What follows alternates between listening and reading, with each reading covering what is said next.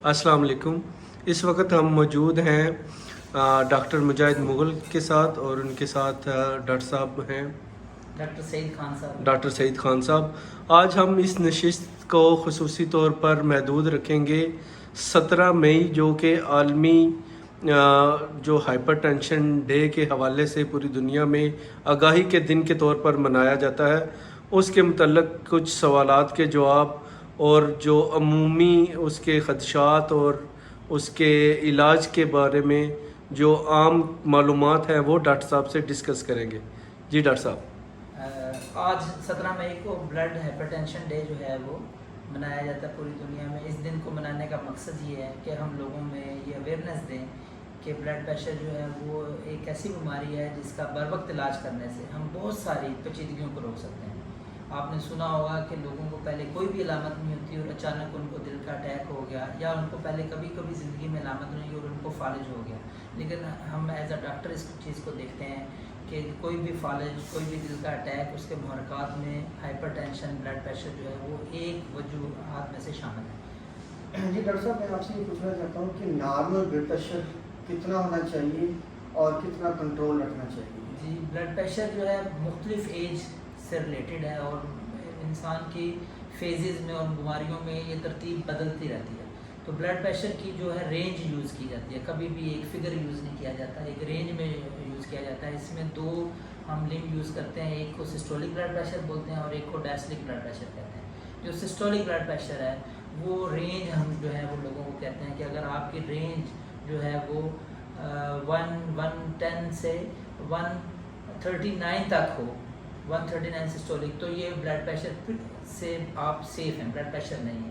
फिर 140 से 150 तक चले जाएं तो ये फिर प्री जो हाइपरटेंशन की फ़ेज़ 1 में आ जाता है, और फिर ये फ़ेज़ 2 और फिर ब्लड प्रेशर जब सिस्टोलिक 160 से ऊपर चला जाए तो ये फिर हाइपरटेंसिव जो हम इसको लेबल कर देते हैं, जिसमें हमें मेडिसिन करना है। इसी तरीके से मुख्तलिफ फेजेज़ हैं, मुख्तलिफ बीमारियाँ जिनमें हमने ब्लड प्रेशर के टारगेट्स जो हैं वो सिस्टोलिक के भी बहुत कम रखने हैं, 120 के करीब रखने हैं, और जो डायस्टोलिक ब्लड प्रेशर है वो अमूमन जो है वो हम 80 to 89 तक जो है वो नॉर्मल कंसीडर जी, हमें ये बताएं कि हाई ब्लड प्रेशर के क्या क्या नुकसान हो सकते हैं? ब्लड प्रेशर आगे भी डिस्कस किया, एक साइलेंट किलर है।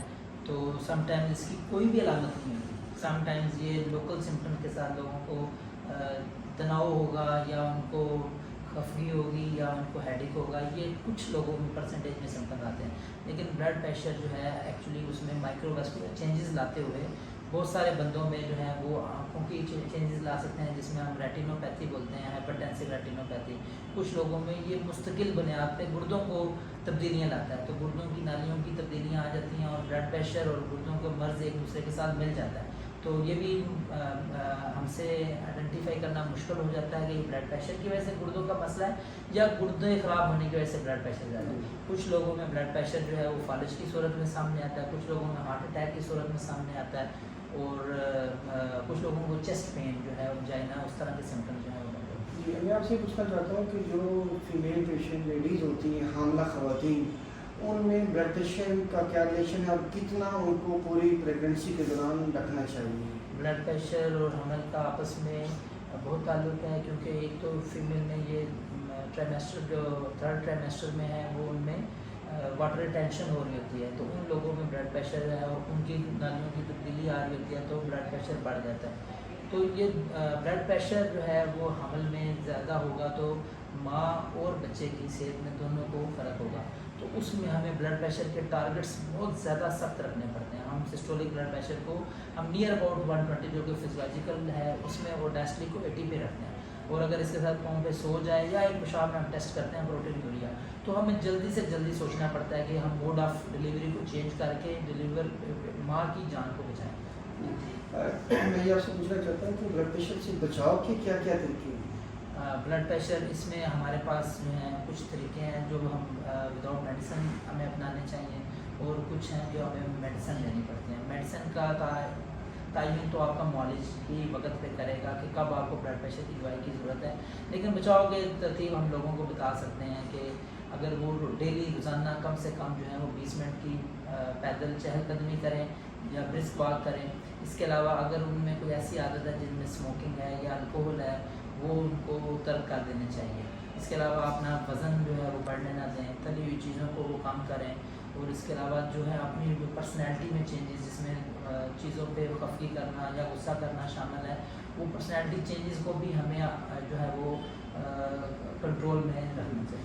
نیکسٹ میں آپ سے پوچھنا چاہتا ہوں کہ بلڈ پریشر کا علاج کیسے کیا جاتا ہے؟ بلڈ پریشر جو ہے اگین ایک سائلنٹ کلر ہے, جس میں سم ٹائم سمٹمز نہیں بھی ہوتے ہیں, تو ہمیں معالج کی مدد کے ساتھ چلنا چاہیے. اور بلڈ پریشر کی جو پراپر دوائی ہے اور اس کا معائنہ جو ہے وہ آپ کو جو ڈاکٹر نے آپ کا پلان وزٹ رکھا ہوا ہے اس کے مطابق آپ کو کرنا چاہیے. اور آپ کمیونٹی کو کیا ہوم میسیج دینا چاہتے ہیں بلڈ پریشر کے بارے میں؟ ٹیک ایم میسیج یہ ہے کہ جس طرح ہم اپنے ارد گرد دیکھتے ہیں لوگوں کو کہ ماربیڈیٹی اور مورٹیلٹی جو ہے اس بیماری کی بہت زیادہ ہے, یعنی کہ مریضوں میں بیماری میں اپاہجی بھی ہے. اس کے علاوہ مریض جو ہیں وہ بہت سارے کام جو ہے وہ اس میں ریسٹرکشن ہو جاتی ہے, جیسے فالج ہو گیا یا دل کے اٹیک کے بعد وہ بہت ساری ایکٹیویٹیز نہیں کرتے. تو اسٹچ ان ٹائم کر لیں, وقت پہ اپنا بلڈ پریشر چیک کریں اور اپنا علاج جو ہے وہ پراپر کریں, تو ہم بہت ساری بلڈ پریشر سے ہونے والی پیچیدگیوں کو روک سکیں گے. اپنی زندگی میں جو ہے وہ اعتدال پسندی